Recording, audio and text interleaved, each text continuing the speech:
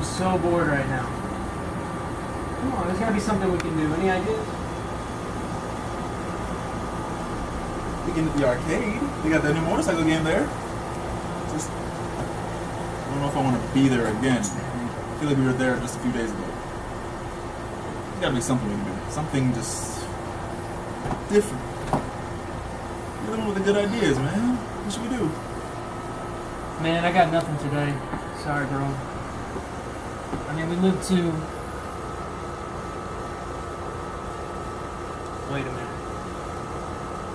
Wait a minute. Oh, I got it. Oh, this is gonna be good. Yeah, what? What is it? Tell me! That's that look in your eye. Ooh, it's good. What is it? Dude, it's so good. So good, I can't even tell you just yet. Now, let's go take a drive. Come on.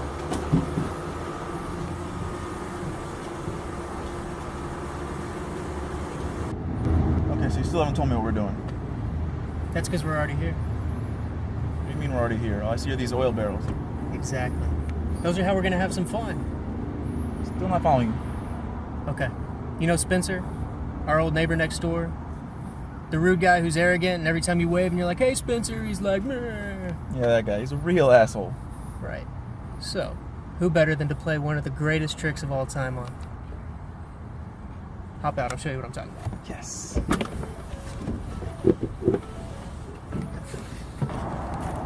Alright.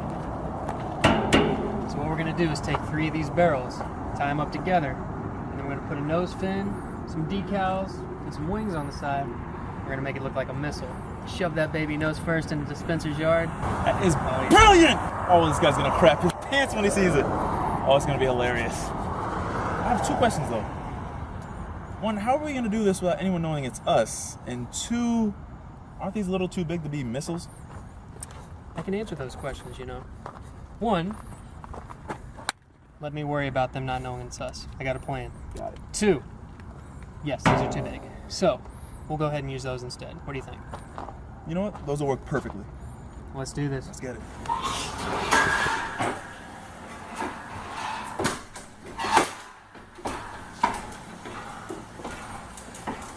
Okay, so when my dad was still around, he was in the military, you know. He left me these. Nice. What do you think? Yeah, these could work. So we'll just throw these on, then we'll go pull our little prank. Sounds good.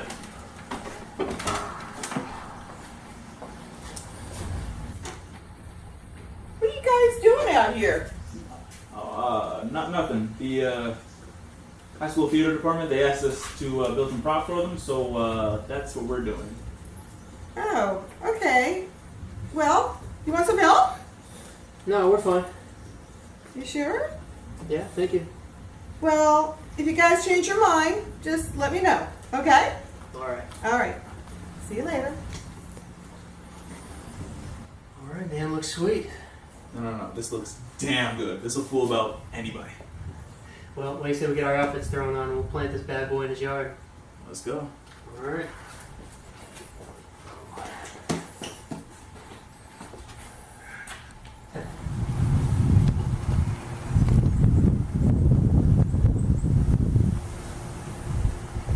Okay, let's go back.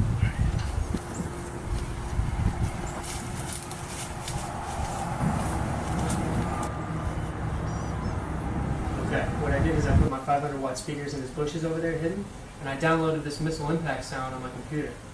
You ready? You know it. Okay. 3, 2. Wait, should we do this, bro? I mean, what if something bad happens? Nothing bad's gonna happen. It's gonna be funny. Come on, do it. Let's. Okay, you're right, you're right. 3, 2, 1.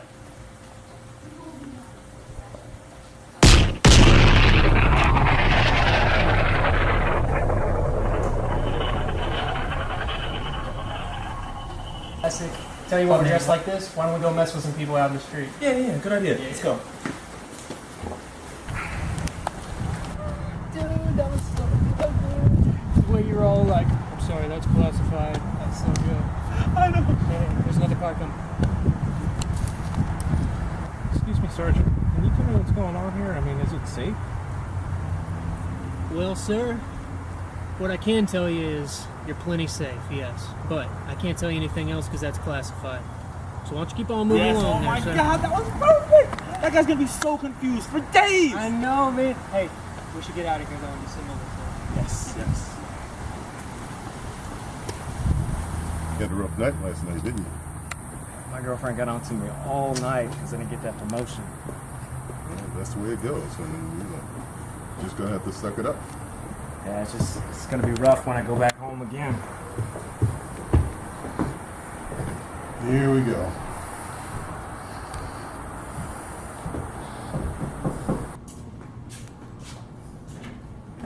Yes? Good evening, ma'am. We're investigating the death of Spencer McGavin, your neighbor.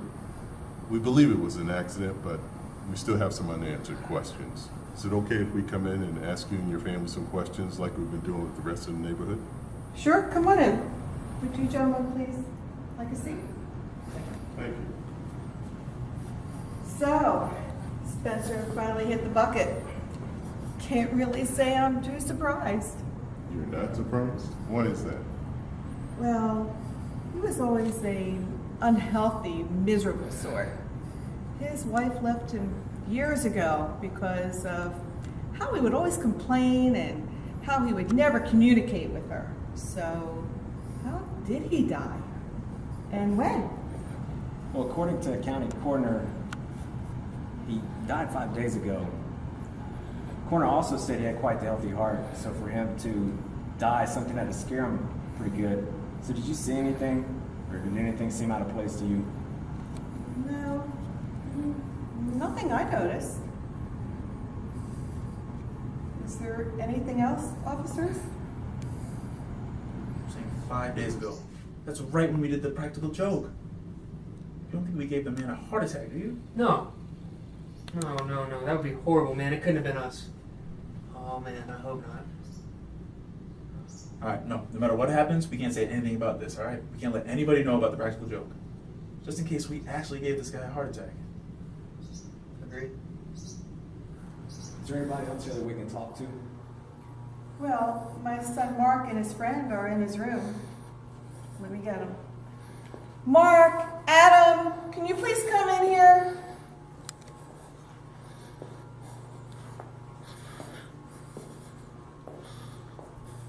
Come on in.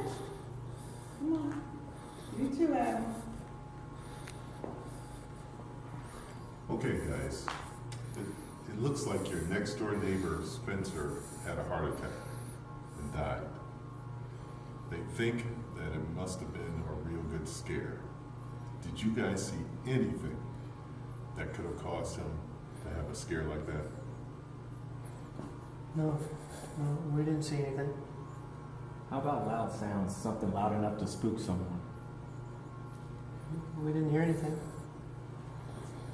Are you sure? Because for someone that didn't see or hear anything, you sure are shaking a lot. You sure there's nothing you want to tell us? Yeah, I'm sure.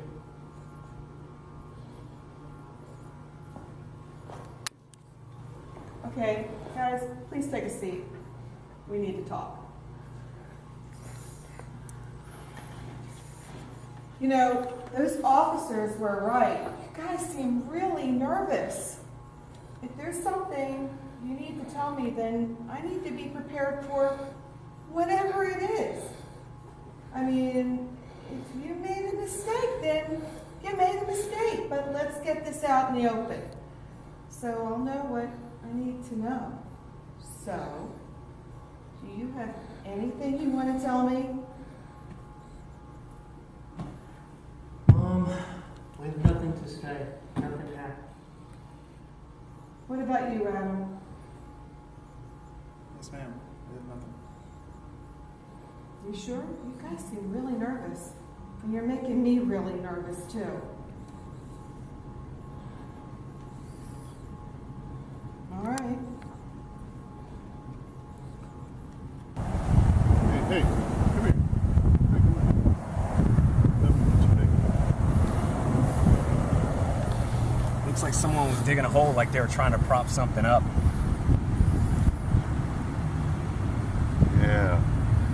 Exactly. That's what I'm thinking. But what? I don't know. Have to watch here. Send that to Avis to run these fingerprints. Examine it. It'll help us get closer to solving our case.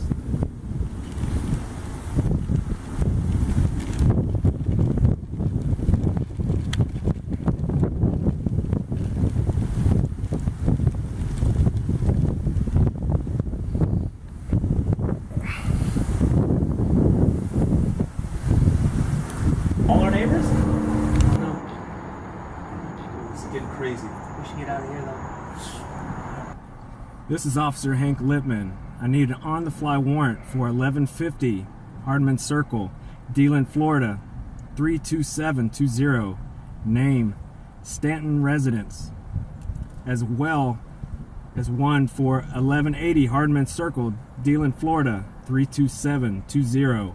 Blanley Residence. It's to search for possible military outfits as well as defunct missile parts.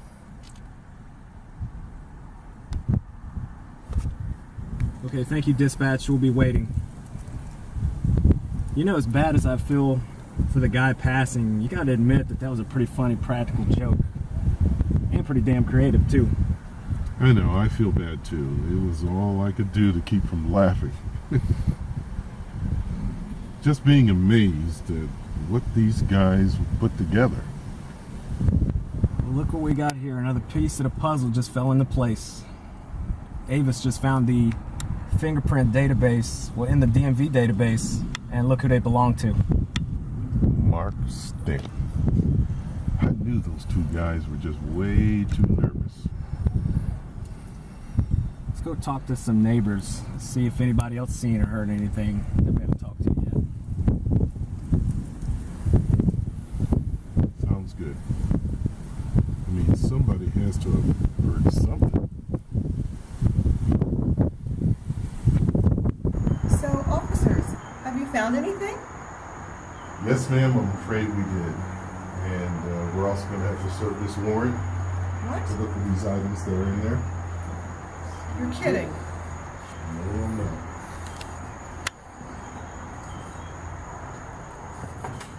You just walk in? Look what I found. I got 2 of the military uniforms. I'm going to go check the garage. So are both of them here? Yes, but there's nothing wrong with them having those uniforms. They're from the school's art department. They're to be used for some sort of school's art department stage prop. Did you actually see them building this prop? Yes, I did. So did this prop happen to look like a missile? No, not at all. It was just 3 small barrels that they were attaching together. Oh my God! No! Well, here's the last piece of evidence. I know the 2 boys were just playing a prank, but we have our job to do. And we're going to have to handle this as police officers. Adam! Mark!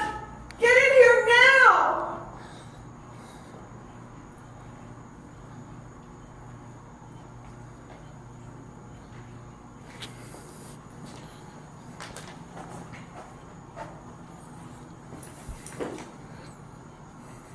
It's just a joke, man. You have the right to remain silent. Anything you say can and will be used against you in the court of law. I didn't mean to hurt anybody. What is this? Mom! You have a right to an attorney. If you cannot afford one will be appointed for you by the court.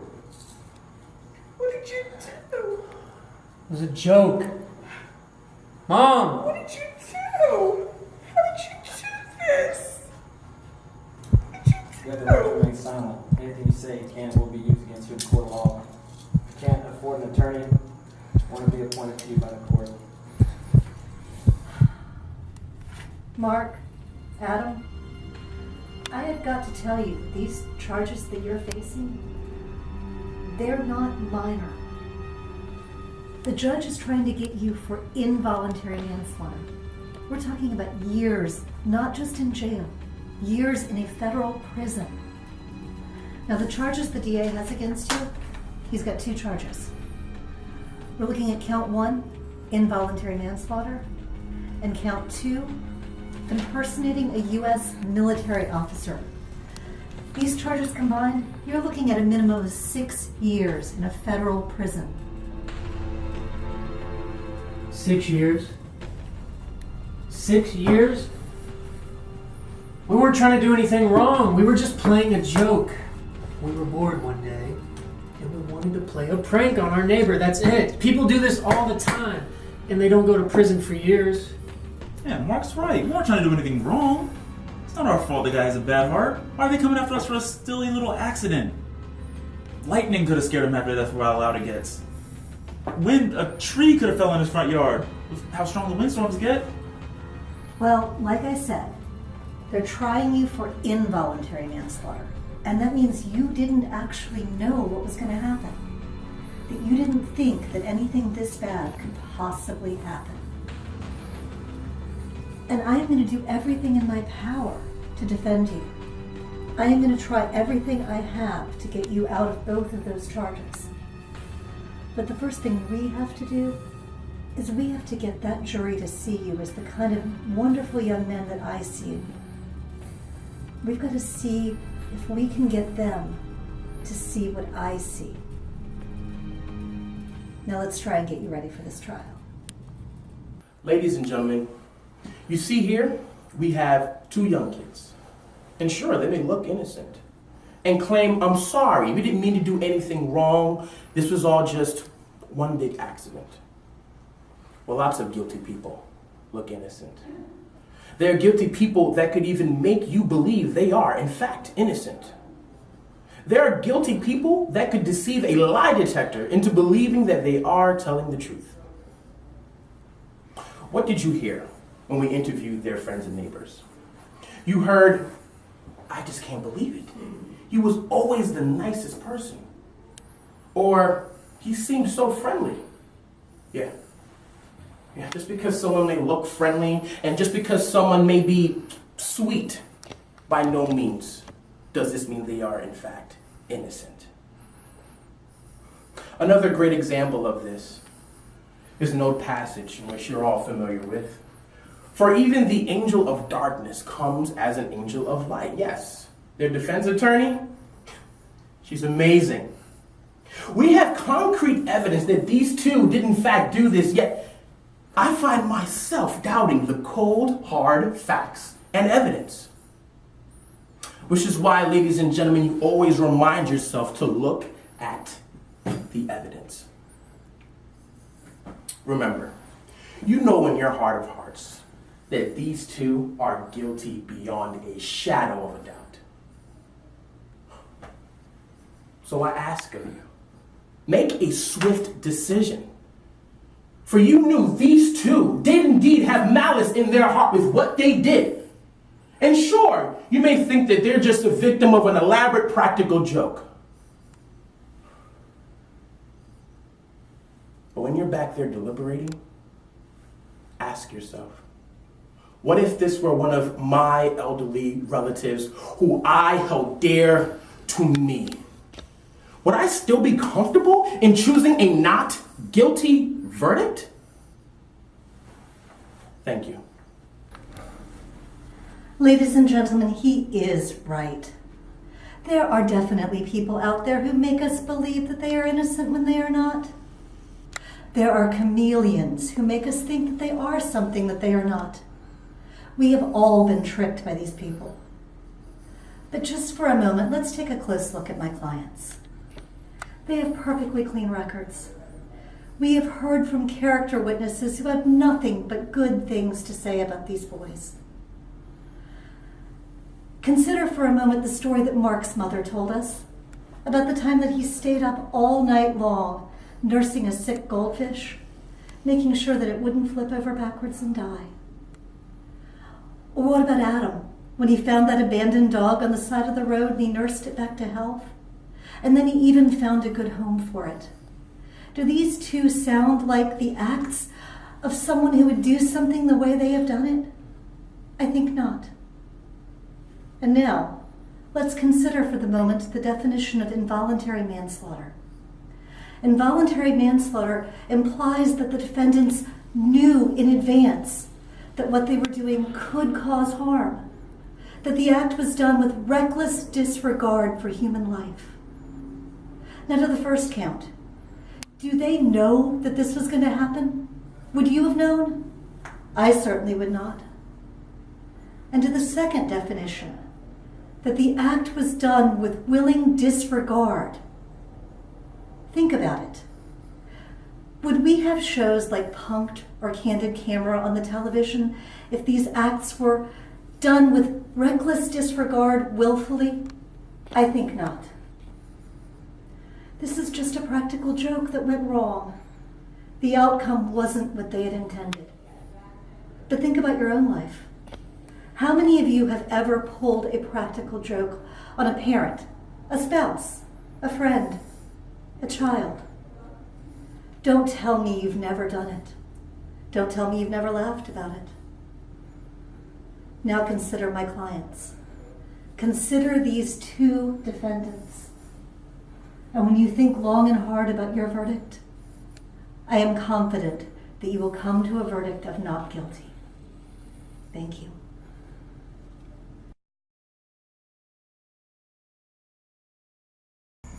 Well, boys, you lucked out. You got us to be your transport. They would have ate you up in that prison van. All right, boys, let's get out and stretch our legs. We got 20 miles left on this trip.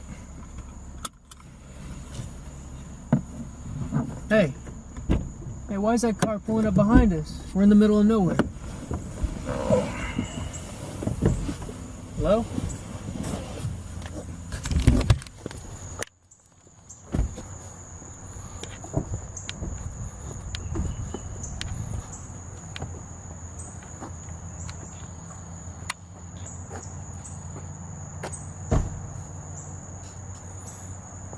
Mom? Hi, guys. Oh my God, look who's getting out of the car. Spencer, I thought he died. We just got tried for his murder. It can't be. No, we can't be going to prison when he's still alive. Yeah, the officers were just friends of your mom's, and the lawyers too. They made sure you overheard them, and we really got you good. Mom? Were you in on this? Yes. This whole thing was an entire setup. We knew, one day, we knew the two of you might go too far with the prank.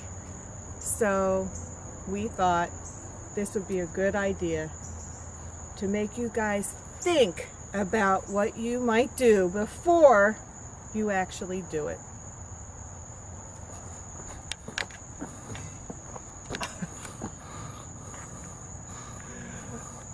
That's awesome. You're awesome. Oh, this was so good. Oh my gosh. It's okay.